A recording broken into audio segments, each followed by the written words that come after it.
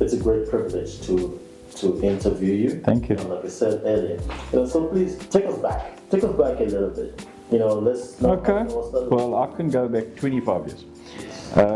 But yeah, Nomads has changed. Obviously, I mean, 25 years since I joined, was more than 25, but it has to change. I mean, the world's changed, and I mean, I can look back and think, in those 25 years, I've had very few bad incidents with Nomads. In fact, apart from coming stone last at the Nationals, out of everybody playing, 360 out of 360, it's all been plain sailing. It's actually all been quite good fun.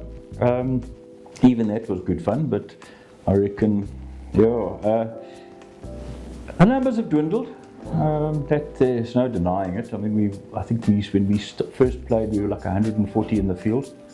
We down to like 50, maybe 60 if we're lucky, bigger here. But that's the same with any sports club. I mean, I'm part of the rowing club, and we've got less than half the members there. You go play golf on a Saturday at a normal club, but it's the same scenario. So I think club life is not the same as it was 25, 50 years ago. So it is what it is, and we've got to make the most of it, and we've got to find out ways of countering it for Border Nomads. So there are lots of options. I mean, ideas have been bandied around, and that's what they are. And they're not all going to work. Some of them will work, some of them will fail, but the guys going forward mustn't be scared to make the changes, to take the leap of faith. Do your homework. Don't just do it, but check it out and say, well, let's try this, or maybe we need to do this, or I'm quite proud of the fact that Border Nomads is transformed. And it wasn't what makes it even better is I don't believe it was a conscious decision to transform it. I think being Eastern Cape, we're the Eastern Cape border, we're part of the Eastern Cape, and that's how Eastern Cape is. A lot more transformed than the rest of the country in all sports. So that to me is the biggest thing with Nomads is we need to we've transformed. We need to just make sure that we pull everybody along. It's easy to transform. We've done it. Not easy, it's work, but we've done it. It's be transformed. Just make sure that we don't leave the others behind, if that makes sense. So that's my history of Border Nomads is a happy one. I've enjoyed it. I've done lots of positions on the committee. Yes. I don't know how long I was secretary for. I was even secretary when I was still vice captain. And then when I became captain, I got phoned by the national chairman to say, sorry, you cannot be captain and secretary at the same time. So I stopped being secretary. And about a couple of years later, I was secretary again. So I think that's the one I've done the most of. I coordinated the 2020 Nationals. And as Peter Runkle says, I'm the luckiest national coordinator in history because we beat COVID by a week. Yes. If we hadn't beaten COVID, it would probably cost us about R1 million, 900,000 rand, because all our deposits and everything, but we'd never got the money back. So that was I think the achievement for that Nationals. It was a good Nationals, I believe. I'm proud to say it was a good Nationals. I had a good team, and the fact that we beat COVID was the biggest bonus of the whole thing, because it could have been a disaster. Tell us how you come about joining Border Nomads and leading to you becoming the captain. I used to play golf on Saturdays and Wednesdays at East London Golf Club, and one day I was at rowing, and Cecil Godfrey was at rowing, and he says, "You play golf?" I said, "Yeah, I do." He says, his son and I grew up together. He says, "Let's come play Nomads." So we went off to Fisher River Sun, and I played with Cecil Godfrey, and I played with Eddie Jackson. So Cecil proposed me, Eddie was my seconder, I can't remember who the third was. But we had a hell of a good game of golf. We actually all played well. I remember that. But I also remember Eddie Jackson walking with a bottle of whiskey that also went down very well. And yeah, and second game we played, and third game, and they said, will I join? And I said, well, yes, you guys are all quite old here, you know, because I was only 28. Wow. And at that stage, that was quite a long way behind the rest of Nomads. And then they said, no, there's Roger Vaya, he's just joined. And I said, he's looking to join, I said, okay, so I joined. Haven't looked back. So the interesting thing is, Cecil, at some point, resigned from Nomads. He was my proposer. When he wanted to come back, I became his proposer.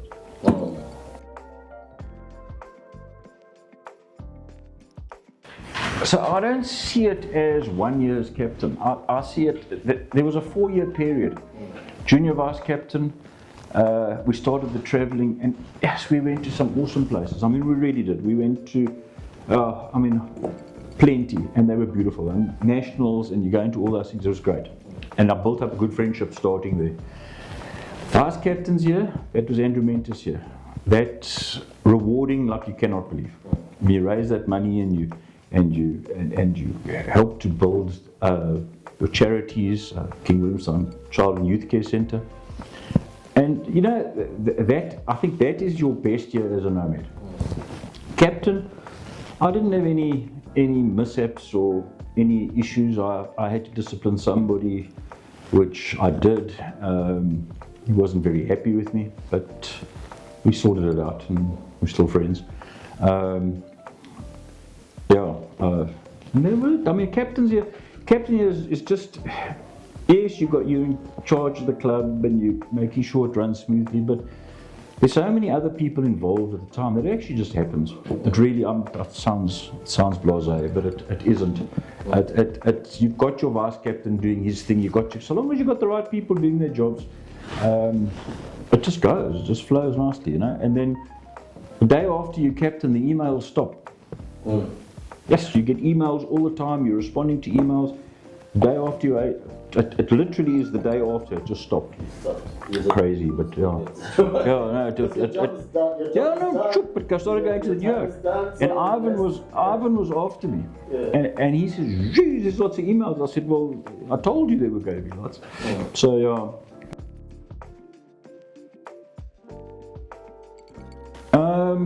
Not necessarily as captain, but I think my biggest thing I'm proud of is the fact that we had a really good Nationals 2020.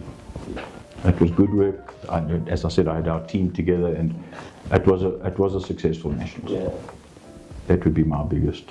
Yeah, you said earlier that during your time as captain that you had to discipline someone, you found a way to get. What are some of the challenges that you had to face, you know, as captain at that time, and how did you get through it? Face as captain. We were going through a period where it was the start of it. I don't say it was the thing. It was the start of trying to get our kit changed. Okay. We looked like the South African Railway Police. No offence to the people that came up with the kit, but I mean we really did. We had chocolate brown pants. We had camel coloured socks and a camel coloured shirt with a brown cap. We looked like the Railway Police, and we were starting to get resistance from within the club. In fact, even from people on our committee were saying, guys, we've got to change this.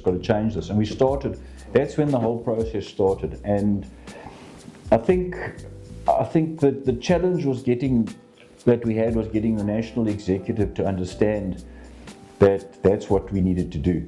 And I remember we were at a meeting in the Lowveld, and the proposal was put forward, supported by Gary Rodwell, who was wasn't national chairman. He was our captain. At the time, it was supported. We had the captains were pretty much in support. And somebody said, oh, that's fine, we can all change to the same colour kit so long as it's red pants and a white shirt. You know, the Gauteng were against it. And I just thought, okay, this is going to be a long battle. And eventually it's happened. We dressed like human beings again. And yeah, it's good. That was our biggest thing. Getting people to travel in those days wasn't difficult. We used to have to turn people away from nationals. We had our nationals at the Strand, and yeah, it was good. So there is a difference between then and now is in the numbers. The fact that we had 140 members, 125 members trying to fill 23 slots is a lot easier than 60 members trying to, or 50 active members trying to fill 15, 16 slots. So our numbers were on our side. And that, I think that's what it boils down to. And also, we're talking 14 years ago, businesses were different. A lot of our members were self-employed. We were starting to, it was shifting. So a self-employed person, sounds hard, but tends to be able to get leave easier. A little bit more flexible to a point.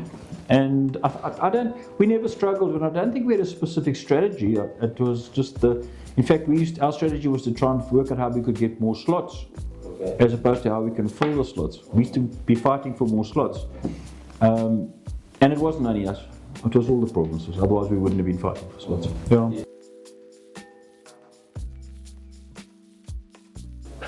Okay, well, the membership hasn't grown, it's shrunk. Culturally, we've diversified for the better. I think personally, I believe we've moved a little bit away from our original ethos, and it's no longer, we weren't all about, it wasn't only about the golf. I don't say we're only about the golf now, but it was more in the old days, it was more what I can do for Nomads than what Nomads can do for me. And we've got to keep that. If we lose that, the whole reason behind Nomads sort of falls flat. Furtherance of golf, and for those less fortunate than us, through golf. And that's what we need to stick to. And just, we seem to be losing that a little bit.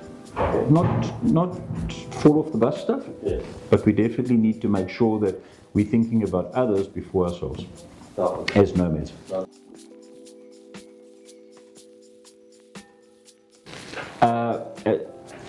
Don't be scared to change. So often we sit and we think to ourselves, this is what we've got to do. Change if you have to change.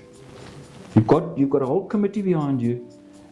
You've got a whole club that have put you into the position. Don't be scared to change if change is needed.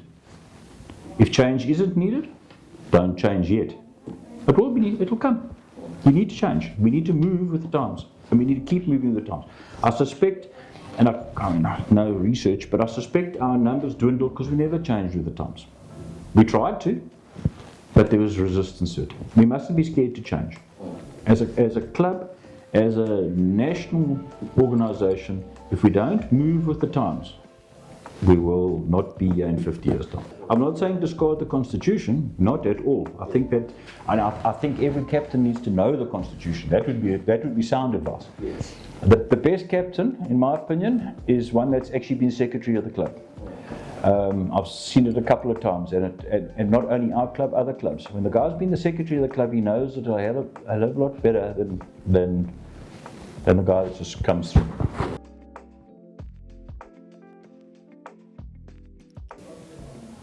I think it's an achievement for any club to stay around and exist for 50 years. I mean, I know there are clubs that have been around longer, but 50 years is quite an achievement. It really is.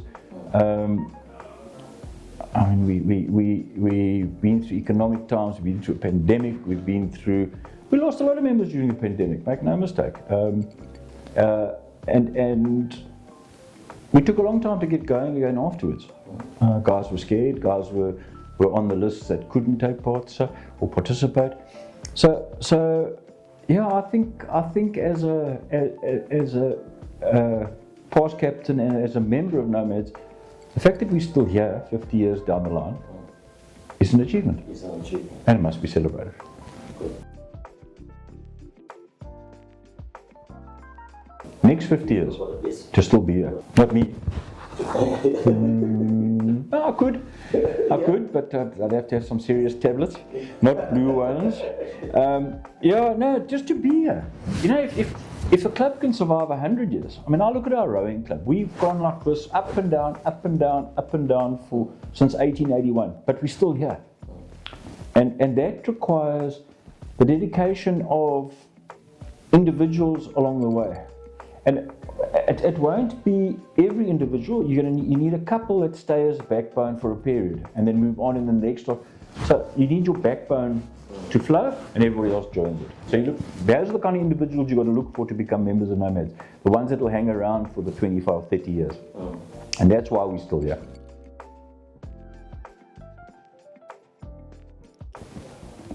I just think our ethos, the fact that we are here to help others.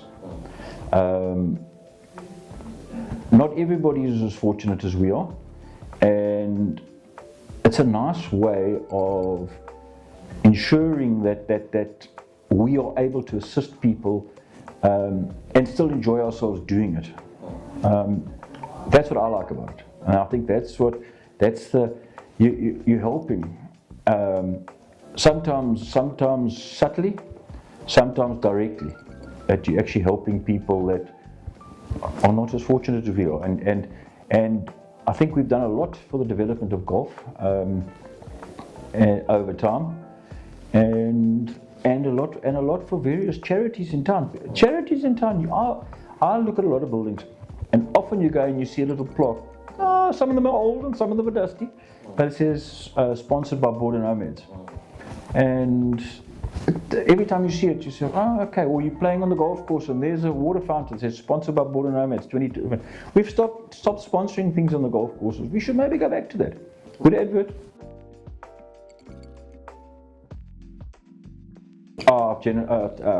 Immensely.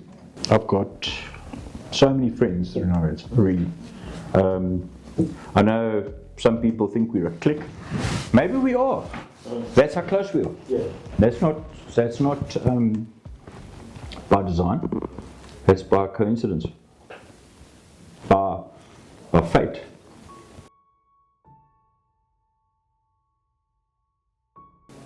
What would I do differently from what I did last time? Exactly. Nothing. I'd make sure I had the right people around me to make sure that it all works. And that's what every captain should be doing. Also.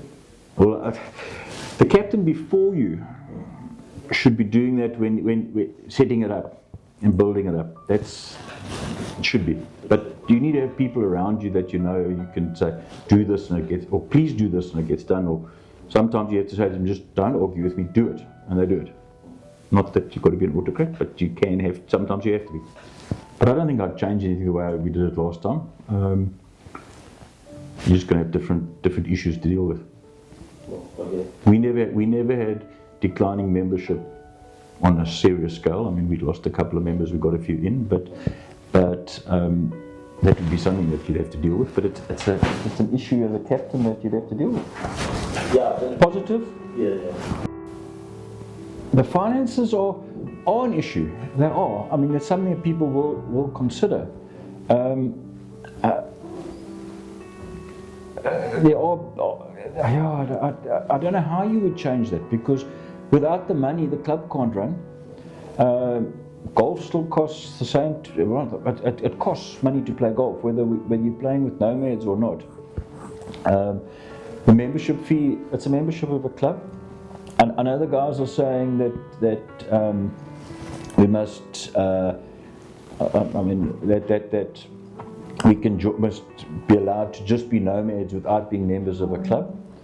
I think that defeats one of our major objects, and that is supporting furtherance of golf. If we become our own golf club, which is effectively what we need to do, I think, to have our own handicaps, we would be taking away an income from the local clubs.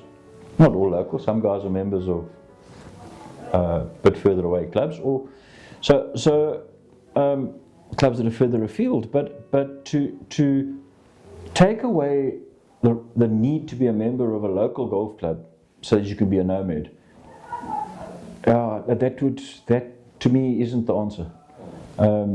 I think then we actually doing ourselves a disservice, because nomads would be seen as pariahs.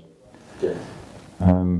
So no, I think the financial issue and the decline of membership isn't finances. I think it's the change in the world. We've got some clash of personalities, but that's normal. It's a sports club. No, I do. I totally agree with you with that, and all that. And you made mention, about like during your time, there was no significant decline the way it is now, Yeah. and all that. What do you think could be the factor right now that is causing the decline? And if you had to do something to keep the membership from declining, what would you do? Well, okay. I think the decline is caused by a change, not a change in nomads, a change in lifestyle. The world's fast. 25 years ago, it wasn't anything like this. Well, I don't believe it was. The world is fast. Nothing is quiet anymore. There's no time to rest. And I think that's, to me, that's the biggest change. And the people think to themselves, well, I don't have 7 hours to go play golf. I think if I had to change things, I would probably introduce that maybe every now and again you can choose your covey, your 4-ball. Then at least you get to play with your friends occasionally. I mean, I'm playing tomorrow with Ivan Skitter, so I don't know when last I played with him. Not tomorrow, Sunday. Just things like that, let the guys choose their 4-ball. You'd have to put some limits into place that they're not the same people play with themselves all the time, because that's a little bit, it is counterproductive. I don't know about moving it away from a Sunday. I know we always get told nobody will play on a Sunday. No, during the week. You can't play during the week. Dude, there are other golf clubs like ours, not like ours, but similar to ours. And it's not say like ours because I don't believe they are. Similar to ours, they play on a Thursday, play on a Tuesday, and they've got members and they're growing. I don't know. That's one thing. Prize giving. Or the length of the day, we need to do something about that. I mean, you go to Nomads and it's a 12-hour day. You leave home at 7, you're getting home at 7. It's a 12-hour day, and it's a Sunday. So one Sunday a month, you away from the family. It's fine for me now. My family are getting older and they got used to it. But guys with the 5-6-year-old kids, I was lucky. I had a wife that was quite happy for me to go to golf, because she would go and visit her family for the thing and take the kids with her. So I could get through that. Yeah, looking forward to the future of Border Nomads, what would you like the next generation of members to remember? To remember about us? That we did good.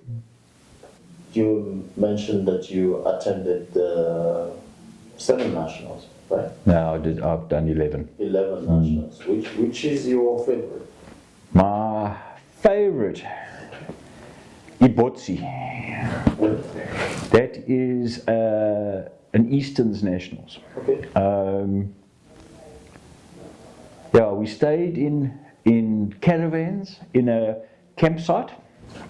It was about 10 Border Nomads, and they gave us brand new caravans. I mean, our caravans still had the plastic over the bedding. So I mean, and Roger Vi and I shared a caravan, and I still sit and don't touch any of the stuff. It's all brand new. We don't need it. And they gave us a fire pit with a truckload of firewood, and there were some guys from Northerns there, and I think some guys from Natal. And we'd get up, and we were sitting, and we had the Northerns guys next to us, and I said, hey, the Border guys are going, they're going to make a fire, let's go in half an hour. And they'd come half an hour later. Yes, we had an absolute ball. It was such good fun. We burnt that wood about 2 days later, I went to Robbie Hillhouse and said to him, where do we get some more firewood? He said, you can't have burnt all that wood. And we had. So it was that. That's the same one where Stuart Bell and I were sitting in the cowboy bar, the infamous cowboy bar, and they were talking about hitting drivers and all that. And I said to him, but I can hit a driver off. You put a peg in your mouth with a golf ball and I'll hit a driver off there. And he says, yes, okay, but now we've had lots to drink. So now the next thing is he's lying next to the lake, peg out of his mouth and a golf ball on his head, and I'm standing there with my driver. And I'm thinking, well, I'm not going to do this. And I look around, now there's a whole lot of people watching, because now we've said we're going to do this. So I take a swing, and I hit a driver off his no divot, thank God. And I said to him afterwards, you okay? He says, I didn't think you were going to do it. I said, I wasn't going to until he looked that way. His teeth were sore for about a week afterwards. He's playing with me on Sunday. Yeah. I hit a driver off his thing into the lake. Yeah, no, that was Ibotsi. Ibotsi was fantastic. It wasn't the cowboy bar wasn't like other people have described. We had Hooters girls, but they stayed clothed. It was good. It was a good national. That was Ibotsi. It was just fun. That's awesome. You know, I want to thank you for the privilege of interviewing you. Thank you for sharing your stories, with us, and looking forward to the next 50 years of Border Nomads. Yeah, it's going to be good. You're still playing with us, and I won't be playing in 50 years' time. I can tell you that much. I'll be trying to be there. I'll try to be there, but I won't be playing in 50 years' time. I don't think. Thank you so much. Thank you so much. Okay, thank you. Thanks very much.